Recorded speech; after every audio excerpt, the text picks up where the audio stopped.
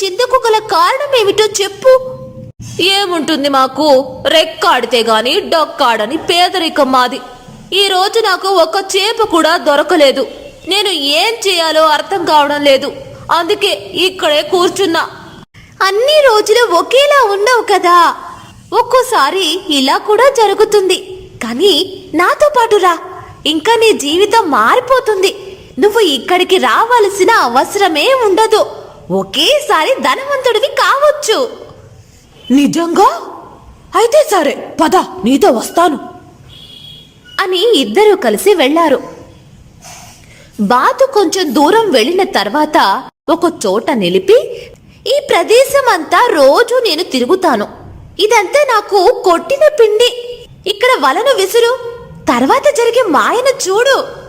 సత్తయ్య వలను విసిరి బయటకు తీశాడు. ఆశ్చర్య